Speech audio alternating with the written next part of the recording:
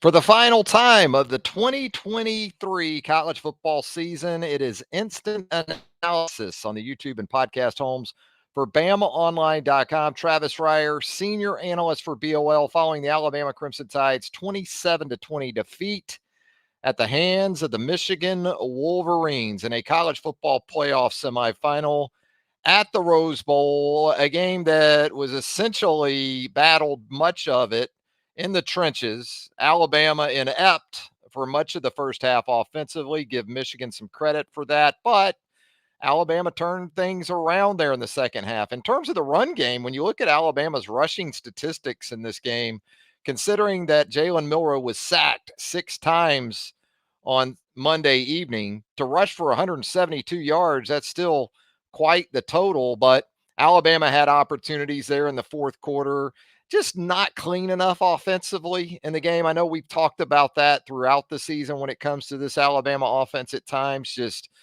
shoots itself in the foot, whether it's penalties, whether it's misfires or errant snaps for whatever reason at this point. One of the greatest mysteries in college football, Alabama football history for sure, will be the snap issue.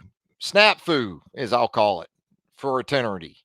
How this continued over the course of 14 games and still was biting this team in the behind in the college football playoff is amazing in some ways. But there it was once again, Alabama having to overcome itself, not just because of the snaps, but you have an opportunity there in a 17-13 game in the fourth quarter, drive the football down. You've already survived a Milroe fumble.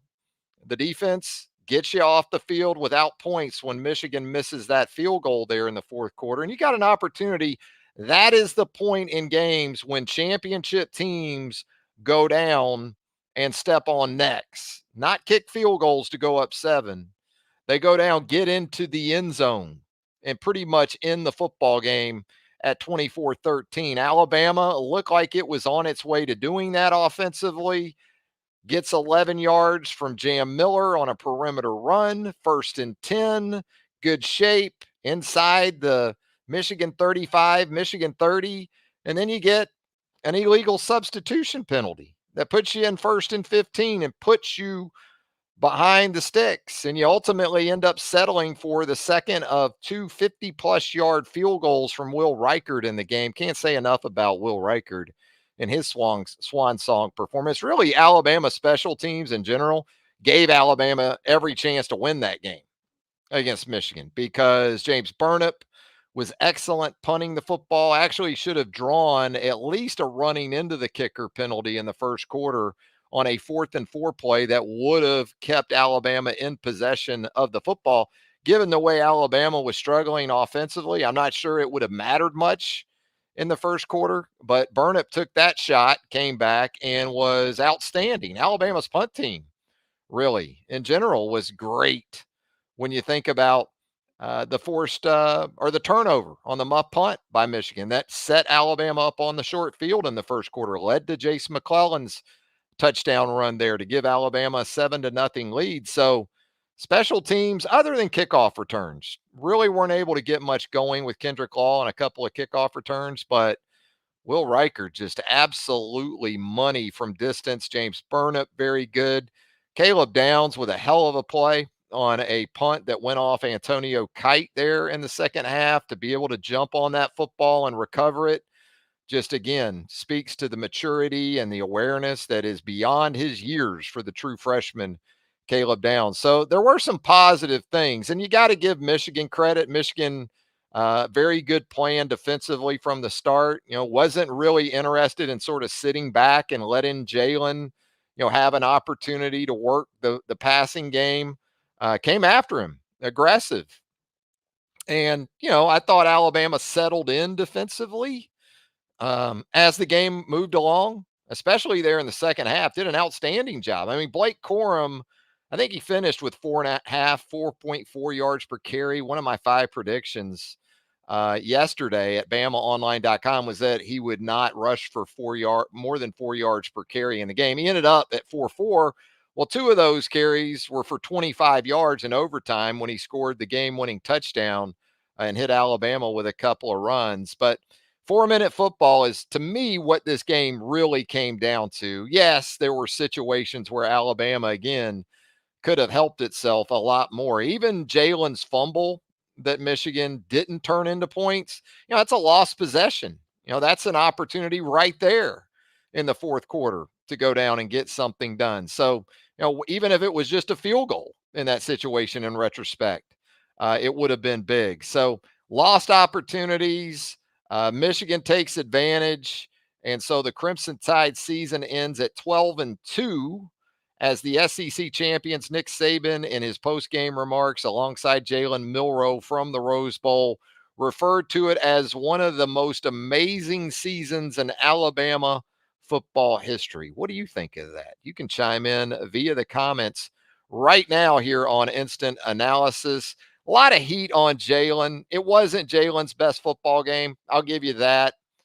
Just never seemed to get comfortable. I thought maybe later in the second quarter he was starting to do that, but the decisiveness just wasn't there. And I think sometimes it was due in part because Michigan did a nice job with its plan. I don't think Michigan was going to allow Jalen to get comfortable with any concept. They weren't going to spy him a lot. They weren't going to blitz him all the time, although they did bring the pressure there early.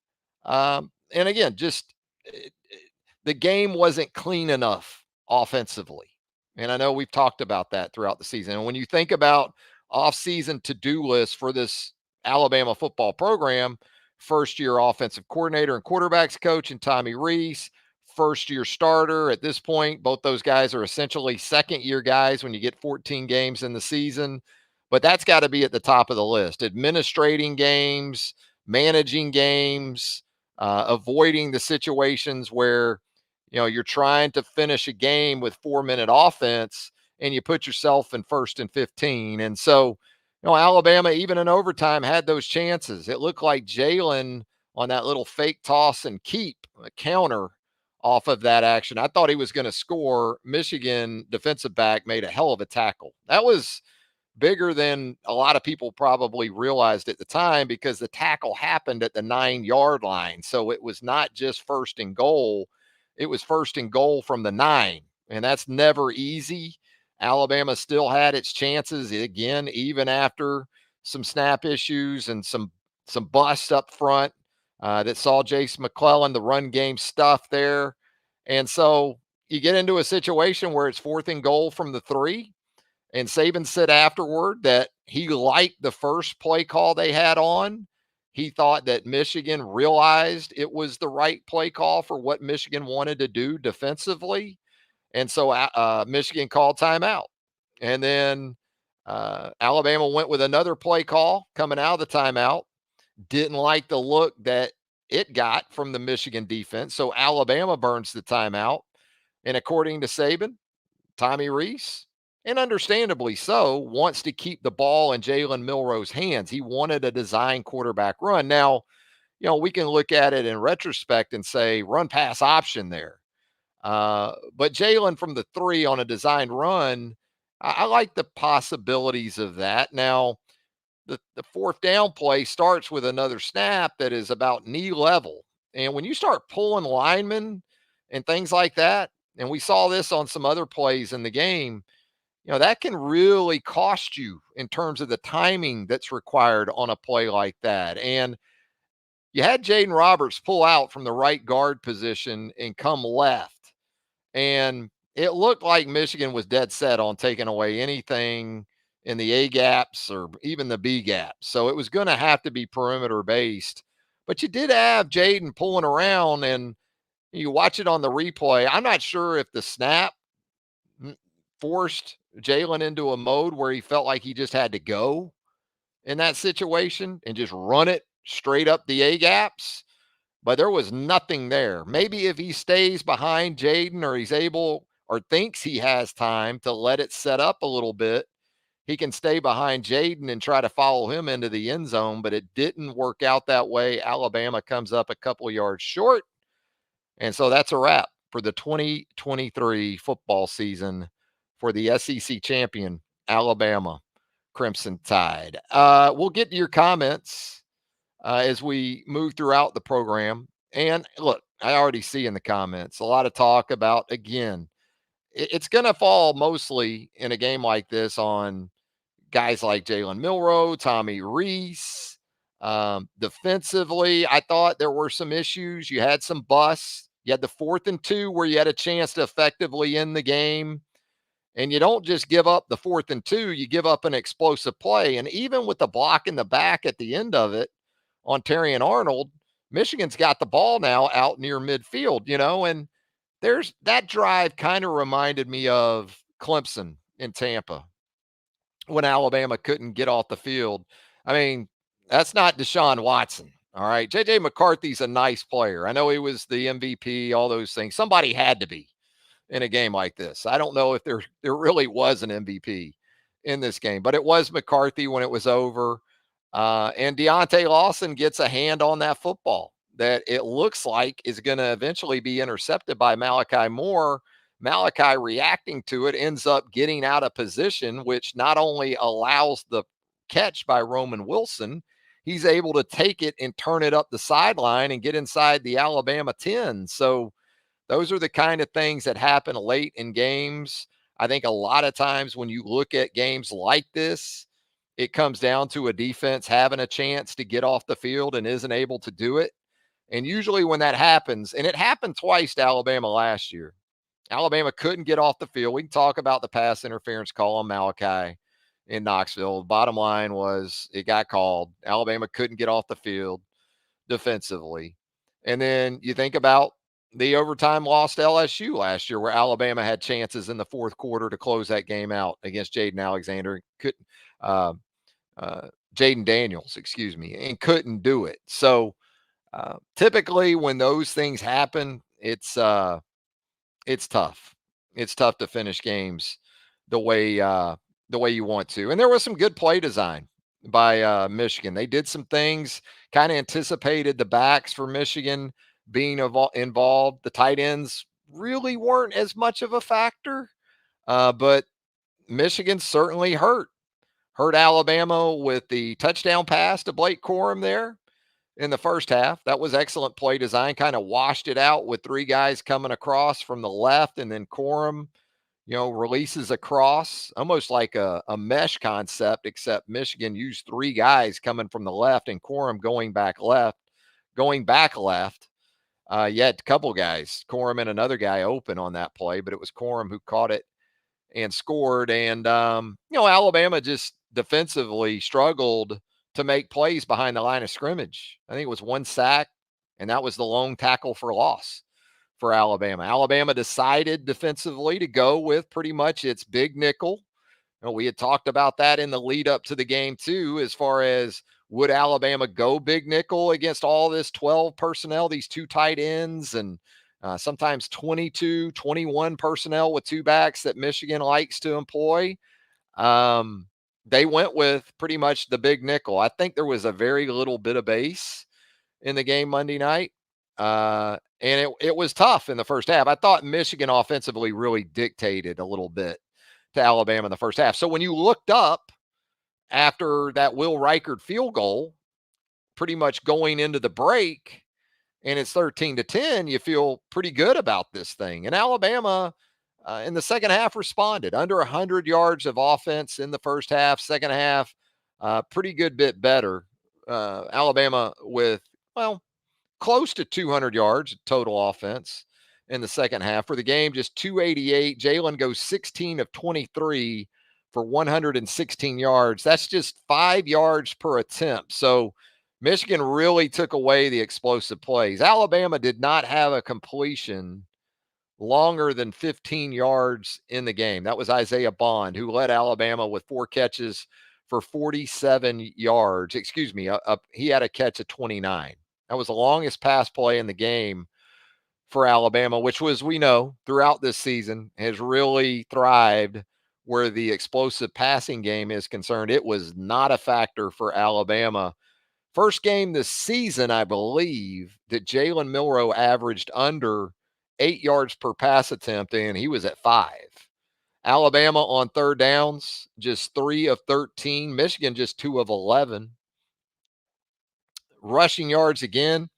Alabama, before the 6 sacks were taken out, this is what makes this sting a little bit more, is that there was so much talk about the run games for both these teams. Alabama, with sacks not factored in, had 221 rushing yards. Chase McClellan, 14 for 87, a couple of touchdowns. Boy, Jace certainly looked healthy, didn't he?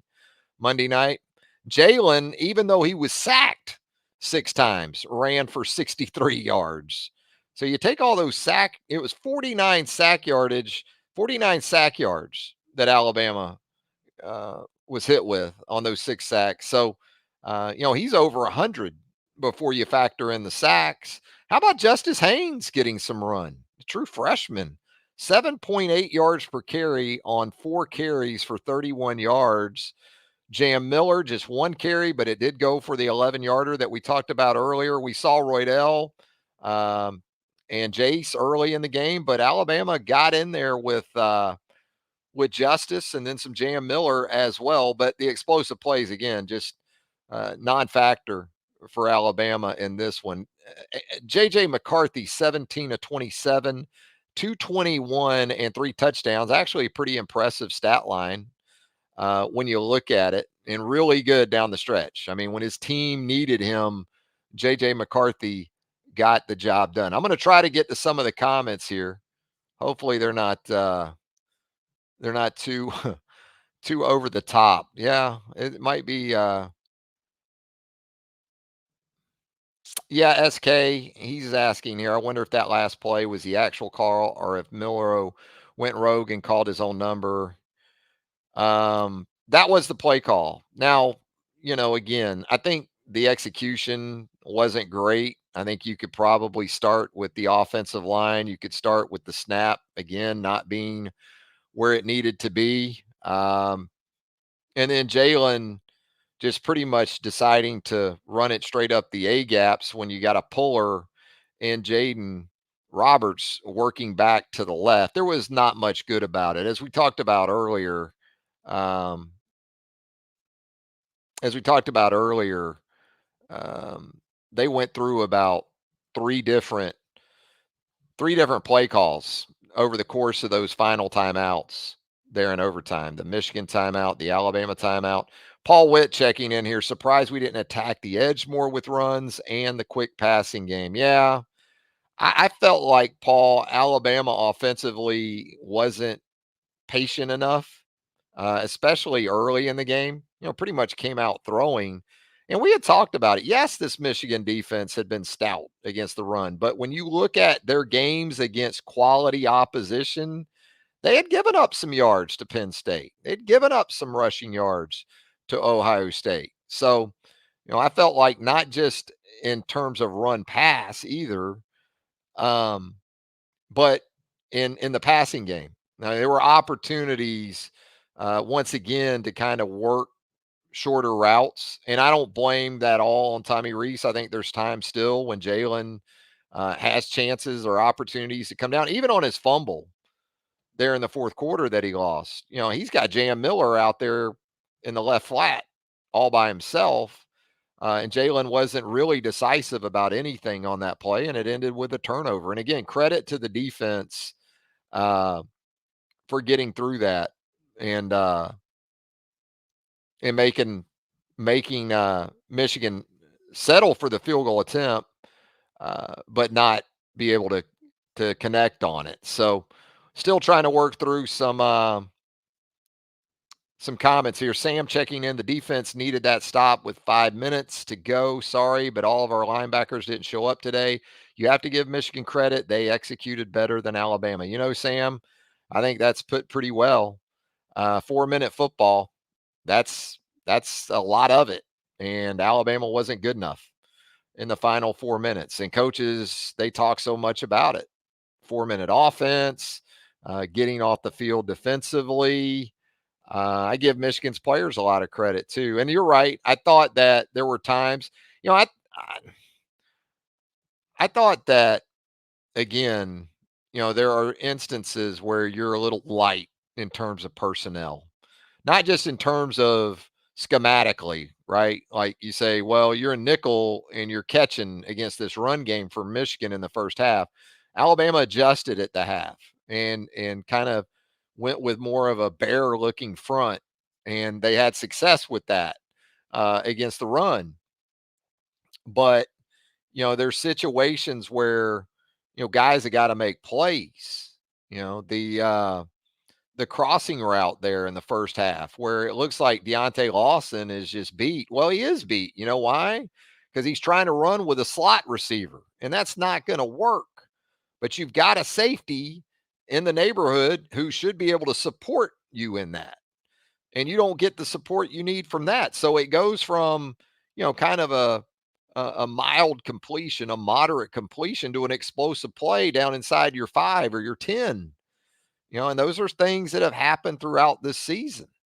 Um, I felt like Alabama pretty much throughout the season was probably a DB short. And I'm not talking about Trey Amos because I thought Trey Amos again in this game did some good things when he had had the opportunity.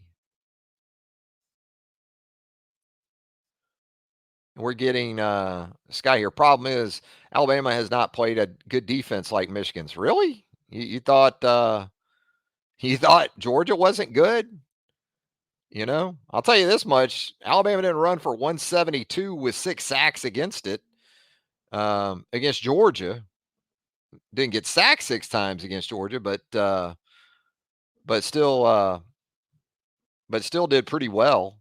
Ran the football, and the big thing against Georgia was when Alabama had the opportunity to close the game out. Um, they were able to do it there in the final 3 or 4 minutes. Bill Williams checking in here. Oh, well, the Tide went further this year than what I thought. Yeah, Bill, you go back to that South Florida post game there. Um, and I don't think any of us thought this team would be in a college football playoff in overtime in the Rose Bowl in early January. I didn't have a sense that this was one of those teams. But look, the standard is what it is at Alabama. Once you get to this point, the expectation is for you to go ahead and finish the deal. Now, I tend to agree in large part with Nick Saban in that it's one of the more amazing seasons that I can recall for Alabama football. Again, given where this deal was just a couple months ago, to win an SEC, to snap Georgia's 29 game winning streak. Yeah, and to go into next season with a lot of promise and probably a top 2, top 3 preseason ranking, you would think it's more than I would have thought. Yes, back in uh, mid-September, no doubt about it. Anthony Cabot says the O-line was getting wrecked all game. I don't know. I don't think you have a couple of backs put up the numbers like they did, Tony, if your backs are just if your offensive line's getting total. Now, they had their issues. I thought early in the game they just struggled with some pressure looks, especially. It looked like they were getting some 3-on-2s out there on the tackles. You saw Caden Proctor struggle with it early. There was some intrigue as to his availability in the pregame, but he made it work and was able to go. You saw it with J.C. Latham, I think, on a sack. And this is part of teams having a month to prepare for a game like this. And um, I thought Michigan staff did a nice job on both sides of the ball, probably of taking advantage of that, like the touchdown pass early to Corum, that concept they worked there, and then some of the looks that they gave Alabama in terms of pass rush, and some of it simulated, but some of it uh, a good bit in terms of real numbers. So, Alabama's offensive line wasn't great from start to finish. I thought some of the pre-snap stuff again, it'll eventually get you. If you don't play clean enough on offense, um, it'll eventually get you at some point. And I think that was part of what happened uh, in this game. Let's see what else we got here. Anthony with another question, more question. Why the heck? Why did Michigan take a timeout at the half? What was that? What the hell was that? Yeah, that was a weird sort of end of regulation. And boy, what a moment there with the big punt from James Burnip, and you got the return guy that's checked in fresh. It seemed like for Michigan, he muffs it initially inside the 10, and then goes back, picks it up. And boy, you go back and you watch that, and it looks like Kendrick Law is going to force that ball out. And if that doesn't go for an Alabama touchdown, it's probably going to go for a safety, which at that point is pretty much the ball game, because even with a safety, you're up two, and Michigan's got to try an onside kick from like its own 20, I guess. But um, that was a big retention, I guess you could say, for Michigan to hang on to the football there, because I was pretty sure in real time that Kendrick was going to force that fumble and Alabama might have gotten out of there in regulation time. Marshall Gilliam checking in here. Great call on that tackle by their DB on Milrow and OT. I thought same thing. Now we have first and goal from the 9. Yeah, Marshall. We were on the same wavelength. No doubt about it. On that one. Anthony says that Texas or Washington is going to expose that Michigan secondary. They might, but they're going to have to protect too, which I think Texas can. And I'll tell you this: I've got the Texas Washington game on over here. Not watching it right now, but I do know this: I picked Washington in this game, and in large part because I thought Penix could do his magic, and I thought those receivers for Washington could do a number on Texas's secondary. But I guess I need to check in and see what's going on there.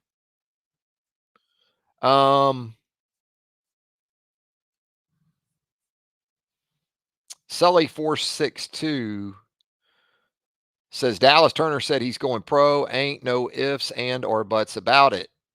This according to ESPN's Alex Scarborough. I mean, when you think about, this team and the NFL guys, um, yeah, I mean Dallas is one of those guys. I mean, he was been a first round mock guy for better part of a year or more at this point. And so you would certainly expect that to be the case, along with J.C. Latham and Kool-Aid McKinstry and, maybe Terrion Arnold. It was tough on that 4th and 2 because it looked like Terrion carried that wide receiver down the field. Somebody blew something there, whether it was Terrion not supposed to run with the wide receiver, um, but somebody busted, because Corum not only had plenty of space to convert the 4th and 2. I mean, that thing turned into a turned into an explosive play again, uh, even after the block in the back penalty against Michigan. Bill Cummings, the early season mistakes, mostly corrected by season's end, came back with a vengeance tonight. Great year. Next year will be even better. Could be. Again, you think about the NFL guys, you think about the transfer portal, which I would think that's going to get pretty newsy here in the next couple of days, because that window is about to shut here in a little bit. Um, and so, yeah, even with all of that, I would think that this is a team uh, that is very formidable. You look at the offensive line, Tyler Booker. What do you do at center moving forward? Um, you bring back Jaden Roberts. You would think Caden Proctor. You got some young tackles. You just went to the uh, transfer portal to bring in Texas A&M's Nyquil Bertrand. He is, to me, more of a big picture guy. I don't see him as Tyler Steen coming in. Maybe he wins the job at the one tackle spot, but I think he's going to have to compete. I think he is a guy that, still needs some polish. You think about the wide receiver positions. and how that works. And Marshall once again checking in here with a point about those guys. I don't understand not just the last play call, but I envisioned seeing Bond and Prentice running crossers behind the linebackers, behind the rush, running them side to side early, but just dropbacks. Yeah, I think what you saw early in the game was, if you'll remember, there was like a miscommunication or what looked to be one between Jalen and Kendrick Law. And it looked like a pressure similar to what Georgia brought in the SEC championship game. And if you remember, when Alabama needed it late in that game, and Georgia was bringing those guys a little bit more in the fourth quarter, um, Bond slipped in behind it, and you're right, they hit it and they made Georgia pay for it. Alabama never made Michigan pay for its aggressiveness, really, other than just running the football, which worked pretty well for Alabama's backs. I mean, even Jalen, again, with all the sacks, had over 60 rushing yards. But you're right. And I kind of thought the same thing. Where is some of that replace the blitzer or replace the pressure look with someone in that spot? And tried too early, I thought, but Kendrick really didn't get his head around, or kind of ran the route a little long, it looked like. And Jalen's getting rid of the football before Kendrick knows the ball is coming. Richard James checking in here. Didn't see one deep ball tonight from Milrow. I guess he didn't have time. Milrow did not have a good game. Not the most memorable performance for not only Jalen, but pretty much I think everyone on offense is going to take a bite of this one. Jalen did try to get deep. I know he tried at least one to Jermaine down the Michigan sideline, it looked like, and didn't really have a chance. I don't think Jalen kept it on the field. And it was good coverage. It really wasn't there. It was another one of those where it was maybe a little bit impatient, um, as much as anything else. Sam checking in. Bama had a nice drive moving after the half. The snaps by the center killed the drive. Bama really needs to start developing a new center. It's just been inexplicable this season because no one saw this coming with the snaps. Because this is a center we've seen snap shotgun snaps before this season. So I don't really have an explanation for it. Again, in all my years of watching Alabama football, one of the most one of the most biggest mysteries, that I can recall, really is. Not just because it's an issue, it's that it was an issue for 14 games pretty much. I guess maybe Middle Tennessee it wasn't as much, but it seemed like after that, it was almost every week, and it just never got fixed, which for a Nick Saban staff and a Nick Saban coach team, um, you know, I see some comments in here, 5 sacks can make a center jumpy. Okay, but there were games where there weren't 5 sacks and they were still issues. Ed Keeley checking in here. Milrow's pocket awareness and decision making can be very suspect at times. He's still a work in progress. He is. But I think if you're going to be negative about some of what he did in this game, you also got to recognize they don't win an SEC championship without Jalen Milrow this year.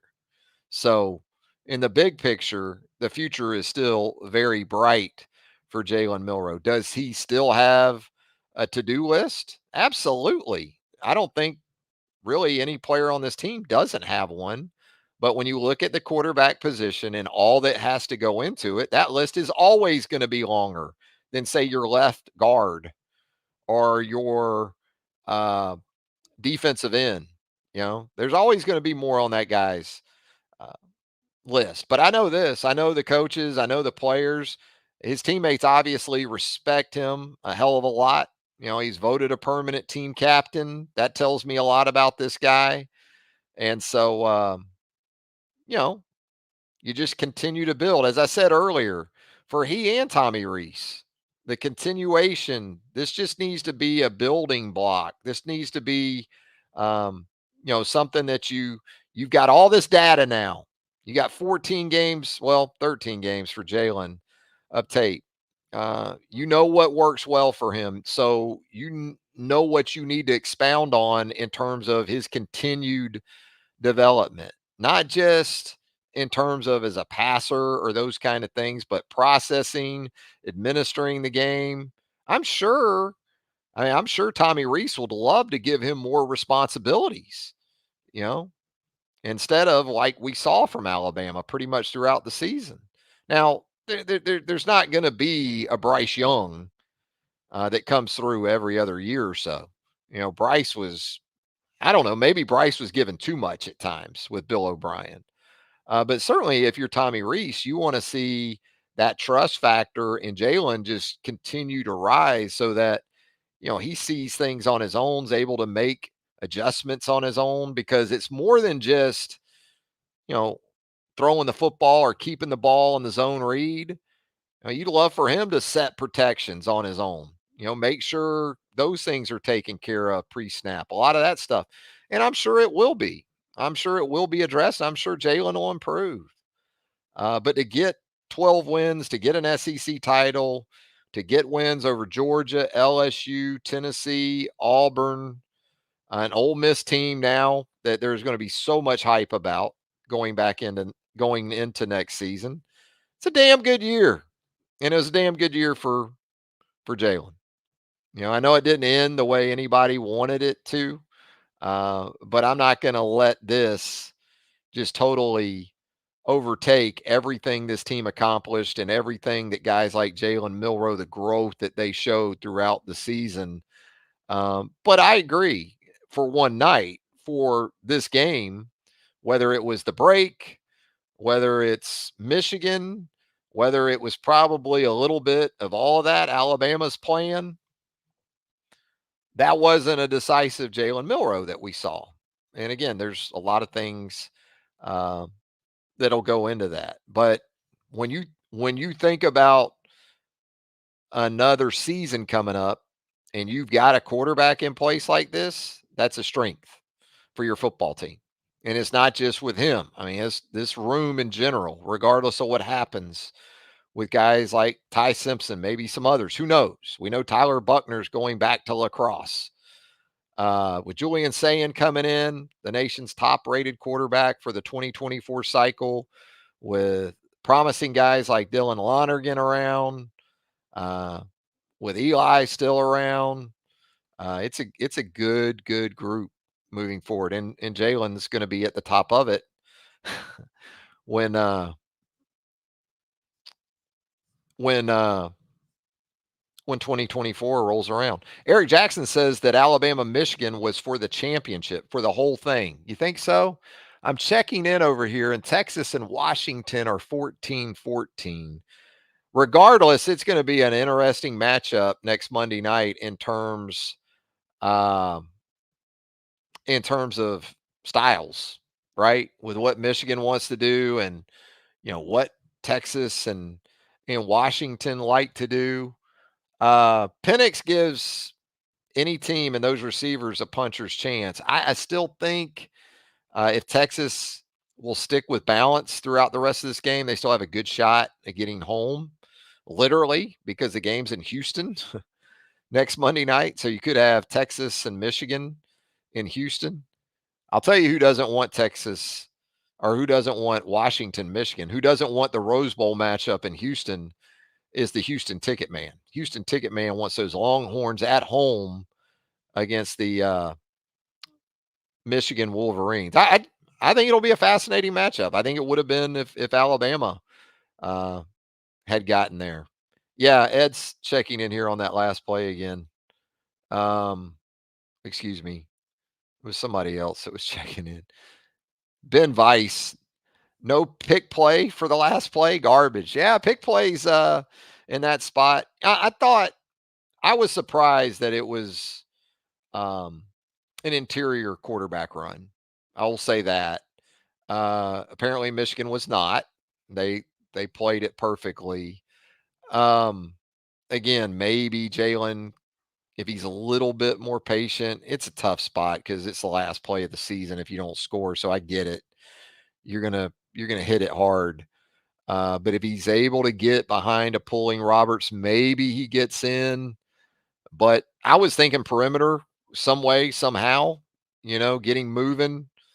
Uh, Maybe to his right, flood that right side and give him that option, run pass option over there. But Alabama thought an interior run would work, and it did not.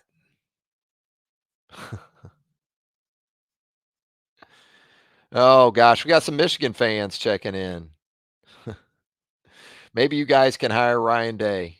Oh, tough one for Ohio State too tonight, right? Ooh. Leonard Taylor. Nick Saban is a class act. Thank you, Bama, for an awesome game. There you go, Leonard. Um, but yeah, Richard James, he had an idea. Hey, maybe not a bad one either, Richard. Richard checking in with that last play was perfect setup for the Tim Tebow jump pass. With the way Michigan played that thing, yeah. Run it up in there, stop, throw that little lob into the end zone. Well, maybe Rich is on to something. Yeah. Now we got everybody in here that knew it all along from the Michigan perspective too. Knew it all along when couldn't get a first down for about a quarter and a half in the second half, and Alabama was just running the football. It's always fun though, right? That's why it's fun. We all knew it. We all knew it all along. What did I know, by the way, with these five predictions at BamaOnline.com? Let's run through those real quick before we get out of there. My first prediction was Michigan running back Blake Corum will not average more than 4 yards per carry. He averaged 4.4. Now, he did it. He got over 4.4 in overtime with those two carries for 25 yards, but he did it. I guess I wasn't planning on overtime. I also predicted Alabama quarterback Jalen Milroe will attempt fewer than 27 passes. He attempted 23. Jalen did, averaged just 5 yards per pass attempt. Alabama could not get between protection and um, just struggles. Could not get the vertical or even the deep intermediate game going. I also had Michigan will not have a scrimmage play of 40 yards or more. Michigan did have a scrimmage play of 38, but not one of 40 or more. I had Alabama will rush for more than 100 yards. Alabama rushed for more than 160 despite 6 sacks. So all of these kind of tell you stats are for losers, right? At Alabama winning the game by a score of 24-17 was right there in that ballpark. I just didn't see Michigan scoring really 20 or more in regulation. And it took about what, 58 and a half minutes, but Michigan got to 20 to force overtime. I didn't see a game at all that was going to be USC Texas in the Rose Bowl from 2006 or even Georgia Oklahoma in 2018. Although Georgia Oklahoma did go to overtime with the Dogs getting the job done, I thought this was going to be a grinder, and it really was for much of it. But Michigan gets the job done. Michigan advances to Houston for a national championship matchup with, as we're watching here in the second quarter, either Texas or Washington, who are deadlocked at 14 with about a little under 5 minutes to go until halftime in New Orleans. Hey, it's been a lot of fun doing this throughout the season. Appreciate you guys tuning in. Appreciate you hanging out with us on the roundtable at BamaOnline.com. We're going to continue to update things right there at BOL and on the roundtable. There's still some recruiting to figure out for this Alabama football team where the 2024 cycle is concerned, not just in terms of some premier high school targets that are still out there, but the transfer portal as well, potentially. And so we're going to have all of that covered for you at BamaOnline.com. If you haven't subscribed to our YouTube page, we certainly hope you'll do that. Please hit that subscribe button, turn on those notifications. You'll get all of our video content as it drops right here on YouTube. Travis Reier, thanking you once again. Have a happy new year, everyone, and we'll be back with you right here on the YouTube and podcast homes for BamaOnline.com real real soon. So long, everybody.